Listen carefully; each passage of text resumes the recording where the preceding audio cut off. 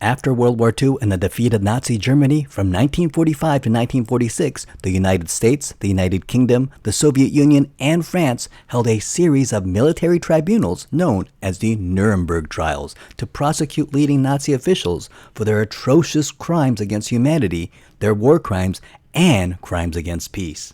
The proceedings exposed the full horror of the Holocaust. However, when these Nazi officials were questioned about their actions, their defense was universal.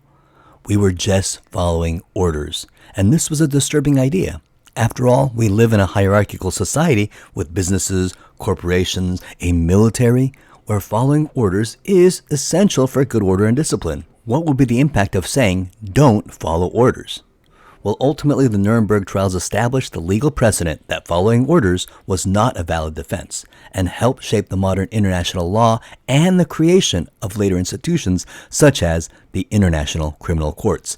But these trials exposed a universal question about human psychology. Are humans capable of committing atrocities simply because an authority told them to? In the post-World War II world, the Nuremberg trials raised some haunting questions. How could ordinary people commit terrible acts simply because they were ordered to do so? In August 1961, a young Yale psychologist named Stanley Milgram wanted to find out, and what he discovered would shake our understanding of human nature and obedience forever. The Milgram experiment was deceptively simple. Participants came in and they thought they were taking part in a study about learning and memory, and they were assigned to the role of either a teacher while another person, supposedly another participant, would be the learner. But in reality, the learner was an actor, a confederate working for Milgram. We're asking some of them to be teachers and some to be learners. We want to find out just what effect different people have on each other as teachers and learners, and also what effect punishment will have on learning in this situation. The teacher and the learner were placed in a separate room. All right, teacher, would you take the test and be seated in front of the shock generator, please, in the next room? And the teacher was told to read word pairs aloud and administer an electric shock every time the learner made a mistake. The shock generator had switches labeled from 15 volts all the way up to a deadly 450 volts. Of course, no real shocks were delivered, but the teacher didn't know that. As the session went on, the learner deliberately gave wrong answers. This one will be 195 volts.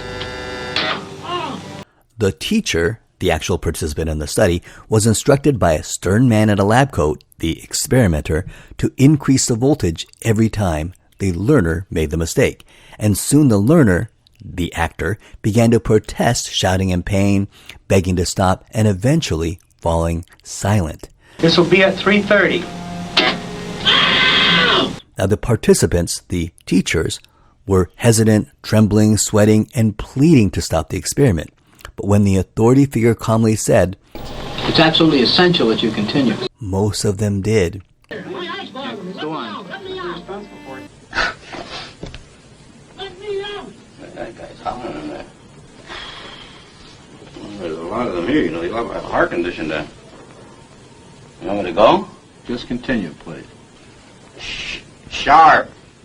Axe, needle, stick, blade. Answer, please. Wrong.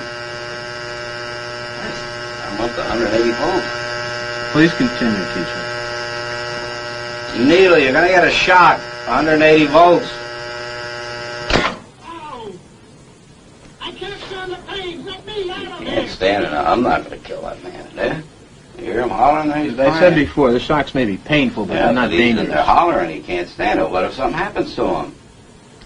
The experiment requires that you continue, teacher. Yeah, but I'm not going to get that man sick in there. I mean, he's hollering in there.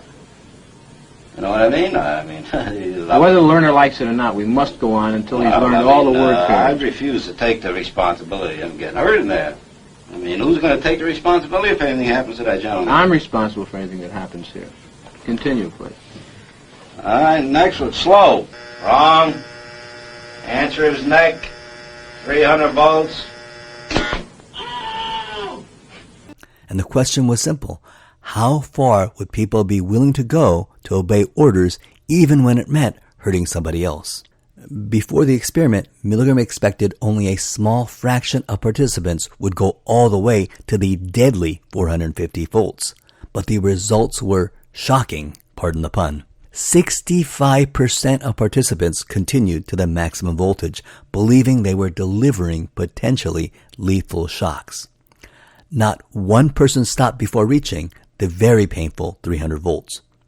Ordinary men and women, teachers, salespeople, postal workers, followed orders to inflict pain on an innocent stranger simply because an authority told them to.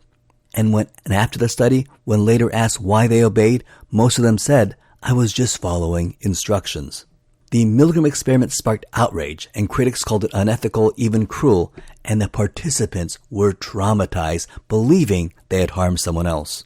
And as a result of the Milgram study, all experiments must pass a rigorous internal review board to assess the risk to the participant.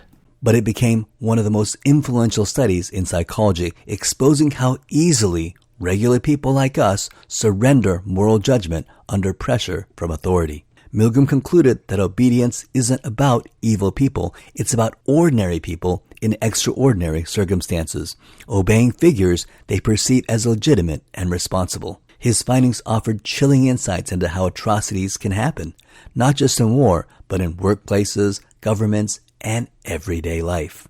But there is hope. 35% of the people did refuse to go all the way. 150 volts. Oh! Experimenter, that's all. Get me out of here. I told you I had heart trouble. My heart's starting to bother me now. Get me out of here, please. My heart's starting to bother me. I refuse to go on. Let me out. Continue, teacher, please. Go on. The next word is sad. Well, I'm not going on if he refuses to do it. The experiment requires that you go on, teacher.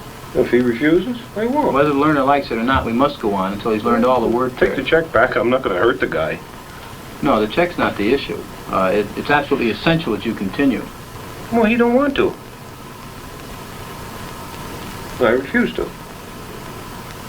Today, the Milgram experiment remains a cornerstone of social psychology, and it forces us to ask difficult questions. Would we too obey? How much control do we really have when someone in power tells us what to do? This is the shocking and disturbing truth that our own human nature cannot be counted on to prevent ourselves from committing brutal and cruel treatment at the direction of authority. If a single anonymous experimenter could command adults to nearly kill an innocent fellow person against his protest, one can only wonder what government or massive corporation with their vastly greater authority can command of any of us. And that's something to think about, because once we understand our own limitations, then maybe we can begin to transcend them. Milgram's experiment reminds us that conscience is fragile and that the real test of morality isn't whether we follow orders, but whether we have the courage to say no. This is the enduring lesson of the Milgram experiment. Sometimes the most dangerous force in the world isn't hatred or cruelty, it's obedience.